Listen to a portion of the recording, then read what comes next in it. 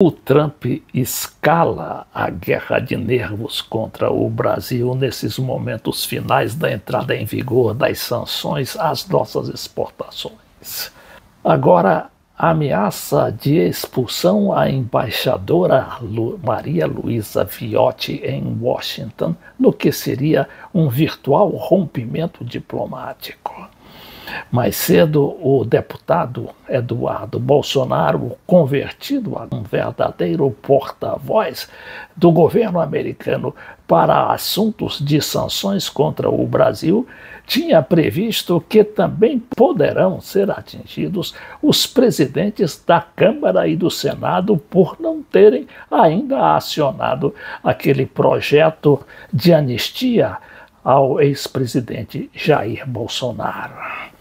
Quanto às sanções em si, parece que todo mundo está conformado com o fato consumado, governo brasileiro e governo de Washington.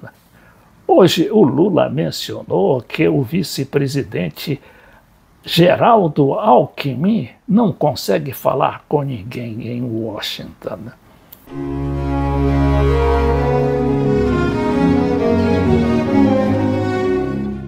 Eu vou começar aqui com uma notícia dada pelo jornalista Lorival Santana, comentarista e analista da rede CNN Brasil.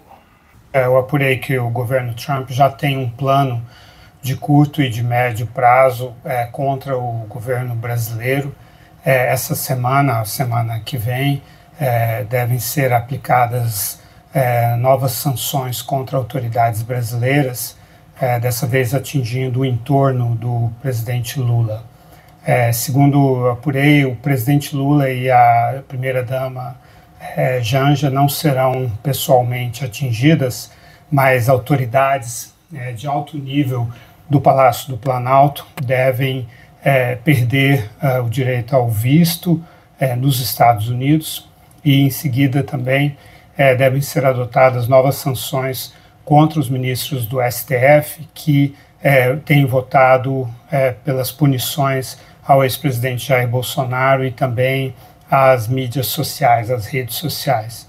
Essas punições devem seguir já o cardápio da Lei Magnitsky, que prevê, então, sanções econômicas e financeiras contra os ministros do STF, de maneira que os eventuais bens que eles tenham nos Estados Unidos sejam congelados, e também sanções secundárias, que seriam punições contra instituições, entidades e empresas que façam negócios com os ministros, com esses ministros do STF. Então, haveria uma tentativa de bloqueio do acesso desses ministros a serviços bancários e outros tipos de serviços proporcionados por empresas que, por sua vez, têm negócios com os Estados Unidos. Esse plano prevê, talvez num prazo um pouco mais estendido, talvez no médio prazo, o descredenciamento da embaixadora Maria Luísa Viotti Ribeiro em Washington e, na prática, a expulsão dela dos Estados Unidos, levando então a um rompimento diplomático com o Brasil. É praticamente uma declaração de guerra, uma explicitação de declaração de guerra comercial, mas quando você expulsa um embaixador, isso é muito grave. Sim, a motivação é totalmente política, não está no âmbito comercial. Esse plano já está nas mãos do secretário de Estado, Marco Rubio.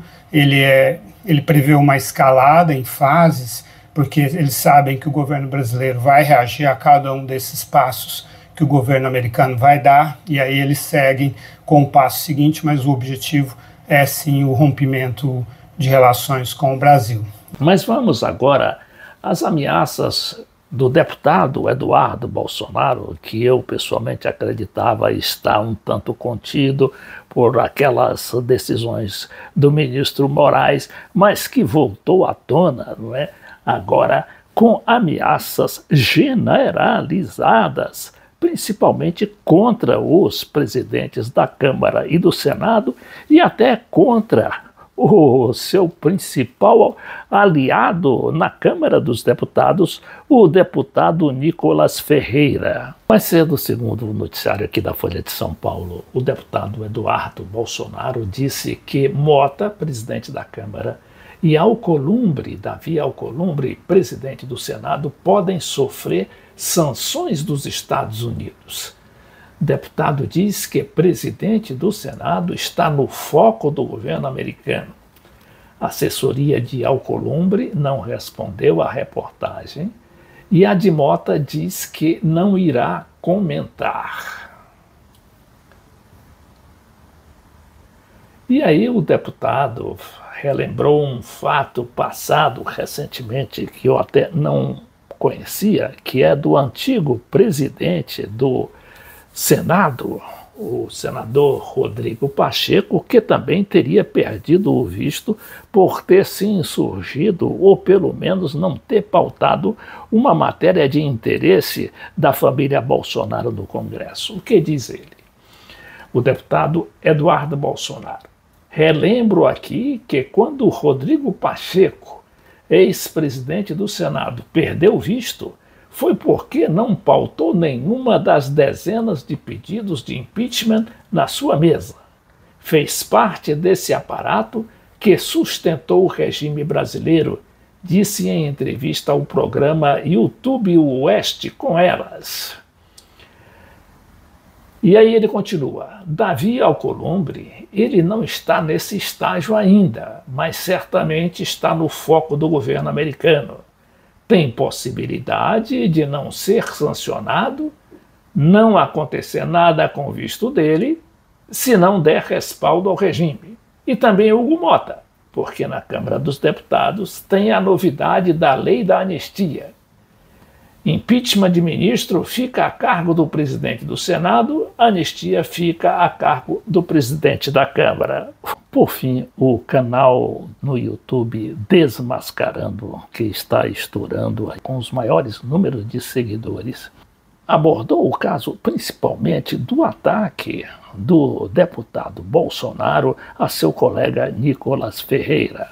Mas o fato é que esse ataque, que já vocês vejam que já não é mais só Alexandre de Moraes, já é o STF para basicamente tudo, não é só mais o Poder Judiciário, agora também é o Poder Legislativo, agora é o Colônia do Mota. Isso vai expandindo, pessoal.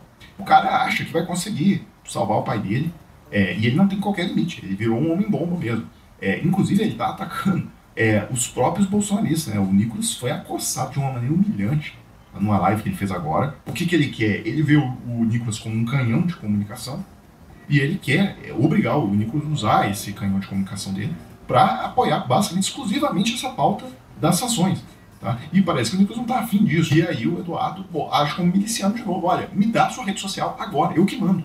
O Nicolas, a área dele é a comunicação. Ele é, de longe, o maior perfil da rede social entre os parlamentares em número de seguidores. Ele é a voz que é mais escutada. Ele é um cara que sabe os gatilhos e sabe os caminhos para você fazer viralizar um vídeo. Então, na nossa percepção, eu acho que é difícil que ele não tenha a exata dimensão daquilo que está sendo tratado aqui nos Estados Unidos e que isso é vital para nós conseguirmos resgatar a democracia brasileira, porque ela não vai ser resgatada através das ferramentas internas que nós temos no Brasil. Então, causa, de certa maneira, estranheza que ele tem sido pouco ativo em levar essa mensagem adiante.